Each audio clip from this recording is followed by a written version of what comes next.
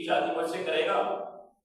تو انہوں نے کہا ہاں اے اللہ کے رسول، آپ پر تو میرا سب بیٹیاں قربان، میں کیوں نہیں شادی کروں گا؟ آپ تو میرے سر آنکھوں پر۔ حضور علیہ السلام نے فرمایا لیکن یاد رکھ، میں آپ سے رشتہ اپنے لیے نہیں مانگ رہا، کسی اور کے لیے مانگ رہا، اپنے لیے نہیں مانگ رہا، کسی اور کے لیے مانگ رہا۔ تو وہ کہنے لگا کہ اے اللہ کے رسول، آپ کس سے کر رہے ہیں، کس کے لیے آپ رشتہ مانگ رہے ہیں؟ تو انہوں نے کہا میں جلیبیب کے لیے مانگ رہا۔ انہوں نے کہا میں بچی کی اماں سے مشورہ کرتا ہوں اور مشورہ کر کے آپ کو جواب دوں۔ یہ صحابی گئے اور جانے کے بعد اس کی والدہ سے مشورہ کیا۔ والدہ نے کہا کہ اللہ کے رسول کے لیے تو ٹھیک ہے، لیکن جلیبیب سے ہم رشتہ نہیں کریں گے۔ اس کے بعد وہ بچی بھی سن رہی تھی۔ بچی نے فوراً کہا کہ آپ کیا کر رہے ہو، کس کی قاصد کو خالی موڑ رہے ہو؟ میں اس پر راضی ہوں، راضی ہوں، راضی ہوں، میرا سب کچھ رسول اللہ کے حکم پر قربان، اس کو خالی نہ پھیرو، میں جلیبیب کی ہوں۔ جب رسول اللہ صلی اللہ علیہ وسلم نے کہہ دیا تو میری شادی ان سے کروا دو، جس کے بارے میں بھی حضور پاک صلی اللہ علیہ وسلم نے فرما دیا میرا رشتہ وہاں کر دو، انشاءاللہ۔ وہ کہنے لگی انشاءاللہ اللہ مجھے ضائع نہیں کرے گا، رسول اکرم صلی اللہ علیہ وسلم بھی مجھے ضائع نہیں کریں گے، کسی فالتو جگہ میرا رشتہ نہیں کریں گے۔ تو نبی پاک صلی اللہ علیہ وآلہ وسلم نے حضرت جلیبیب رضی اللہ تعالیٰ عنہ سے اس بچی کی شادی کر لی۔ اب جلیبیب سے شادی کیوں نہیں کریں گے؟ اس کی وجہ تھی کہ ان کے پاس کھانے کے لیے کچھ نہیں، پینے کے لیے کچھ نہیں، مکان نہیں، بہت غریب تنہا آدمی ہے، اس سے رشتہ ہم کیسے کریں؟ جس کے پاس حق مہر کے لیے، باقی چیزوں کے لیے، رہنے کے لیے اپنا مکان، باقی چیزیں نہیں ہیں۔ تو وہ کہتے جب شادی ہو گئی، اس کے بعد کچھ دنوں کے بعد ایک غزوہ ہوا۔ غزوے کے اندر نبی اکرم صلی اللہ علیہ وسلم نے بھیجا، ایک وفد تشکیل دیا، ایک جماعت تشکیل دی کہ جاؤ پتہ کرو کتنے اور کون کون سے صحابہ شہید ہوئے۔ تو ایک صحابی نے آ کر اطلاع دی کہ فلاں جگہ 7 کافروں کے درمیان میں حضرت جلیبیب پڑے ہوئے، شہید ہو گئے۔ اس کا مطلب یہ ہوتا ہے کہ اس نے 7 کافروں کا مقابلہ کیا، اور 7 کو قتل کر کے یہ خود بھی شہید ہو گئے۔ تو حضرت جلیبیب رضی اللہ تعالیٰ عنہ کی شہادت کے بعد صحابہ کرام رضوان اللہ علیہ مجمعین کہتے ہیں کہ سب سے بڑی خرچ باز عورت مدینے میں تھی تو حضرت جلیبیب کی بیوی، یعنی رشتہ اس لیے نہیں ہو رہا تھا کہ غریب ہے، لیکن جب رشتہ ہو گیا اس کے بعد زیادہ سخاوت، زیادہ خرچ کرنے والی وہی عورت، اللہ نے وہاں برکت ڈال دی۔ کیونکہ قرآن مجید میں اللہ نے فرمایا وَانكِحُوا الْأَيَامَ، بے نکاحوں کا نکاح کرو، اور اللہ پاک اس کی برکت سے تمہیں اپنے فضل سے غنی کر دے گا، تمام ضروریات سے بے نیاز کر دے گا۔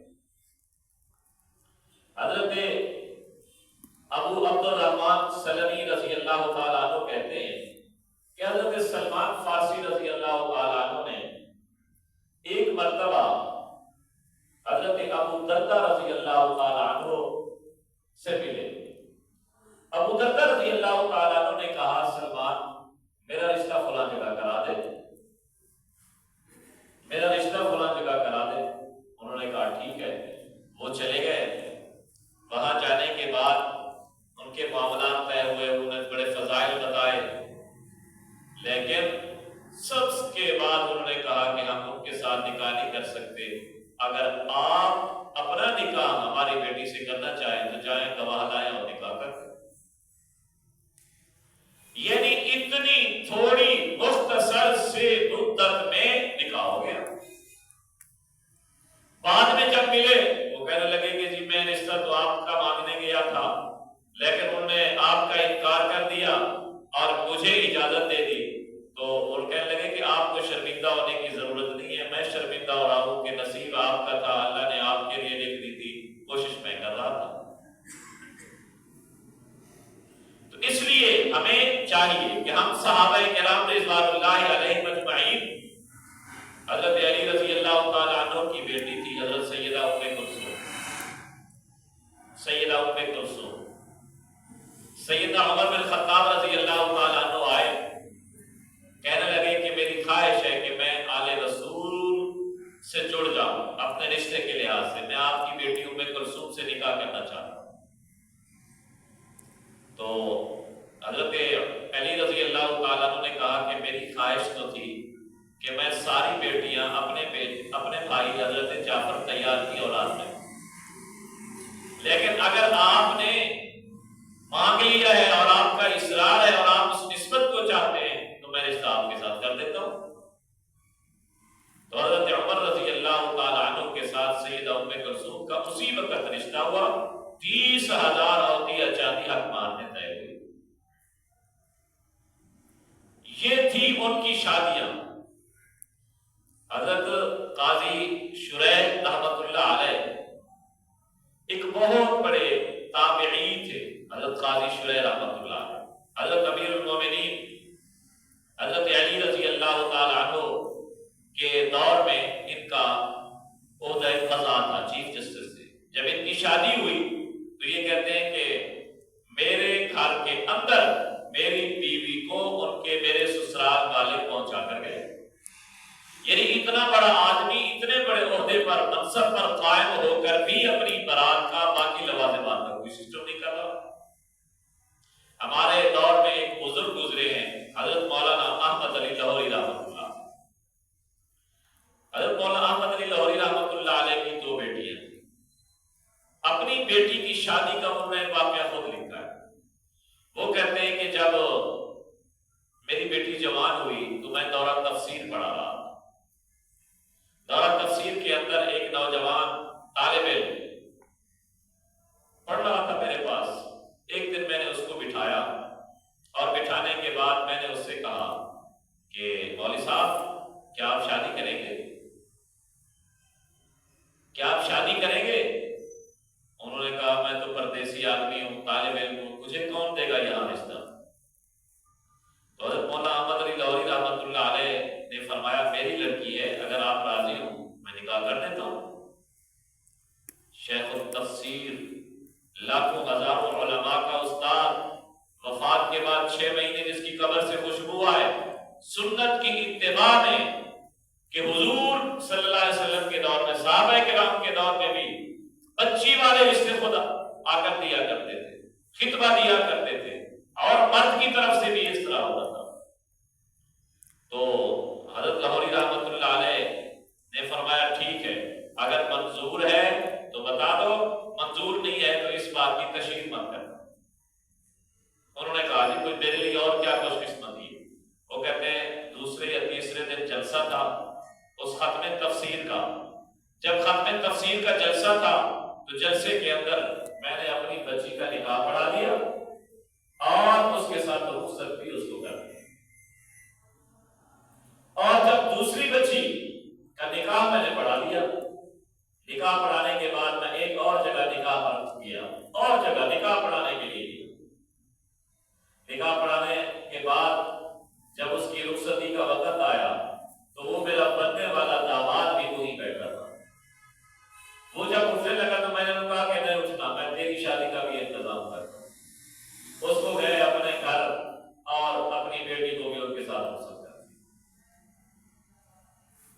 یہ تھی ہمارے بزرگوں کی، ہمارے اسلاف کی شادیاں، صحابہ کرام کی شادیاں، تابعین کی شادیاں۔ اگر ہم میں سے آج مشکل ضرور ہے، ہم نے 2 بچیوں کی شادی کی، اس کو لاکھوں کا سامان دیا، تیسری کی کیسے سنت کے مطابق کیسے کرے، اس کے لیے پورے گھر کا ماحول چینج کرنا ہوگا، بیٹیوں کا ذہن بنانا ہوگا، اسلامی سنت، اسلامی اطوار، اسلامی آداب ان کو سکھانے ہوں گے، پردے کا ماحول بنانا ہوگا، ان کے دل و دماغ میں یہ عقیدہ بٹھانا ہوگا کہ روزی رزق ہر چیز اللہ کے ذمہ ہے۔ اپنے بچوں کا ذہن، آج کل ہمارے لوگ تھوڑا سا بھی ذہن خراب ہو جائے، میاں بیوی کا جھگڑا ہو جائے، کتنی لے آئے تھی، آپ کے باپ نے کیا دیا تھا؟ آپ کو دیکھ